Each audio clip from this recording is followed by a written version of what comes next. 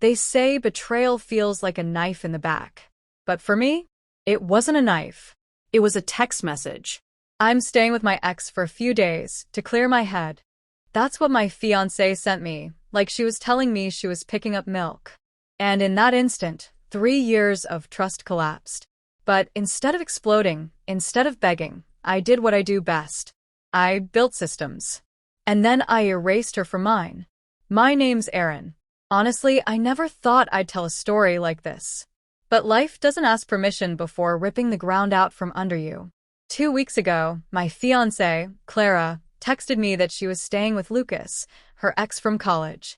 The ghost she swore was ancient history.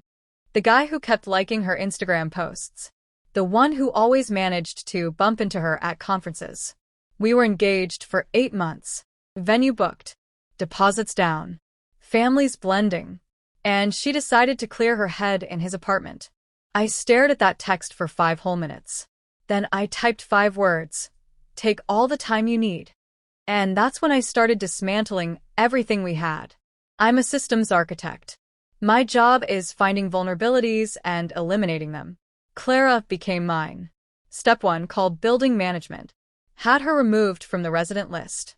Step 2, deactivated her access card to the gym, garage, pool. Step 3, canceled her phone line. I'd been paying for it anyway.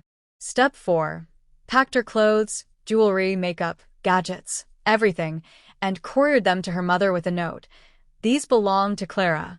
Please deliver them safely. Step 5, postpone the wedding. Thank God for cancellation clauses.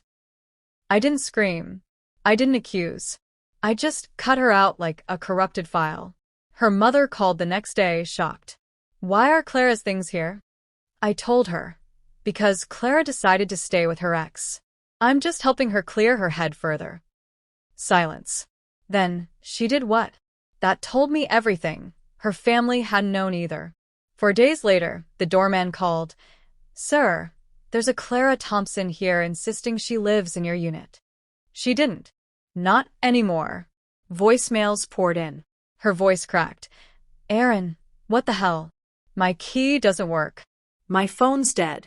Please just call me back. But I didn't. I sent one message through her mother's phone. There is no our apartment.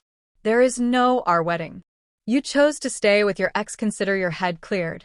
And then the floodgates opened. Calls from her sister, her friends, and finally her father.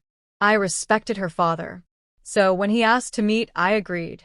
At the coffee shop, he leaned in, tired eyes. Clara says you overreacted. She just needed space.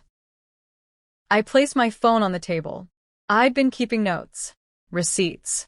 And then I read his daughter's words, word for word, from a conversation I overheard. Yes, we're still engaged. No, I haven't told him yet. It's complicated. The wedding's already paid for. Just give me time. His face crumbled. He whispered, we raised her better than this. I nodded. I thought so too. In that moment, I realized I didn't need her explanations. I already had the truth. Weeks have passed. Clara's story keeps shifting. First, she needed space. Then Lucas was just a friend. Then I was controlling. Now? She says it was one mistake, and I'm punishing her too harshly. But yesterday, I got the real twist. Lucas's girlfriend, yes, girlfriend, messaged me. Turns out Clara wasn't the only one betrayed.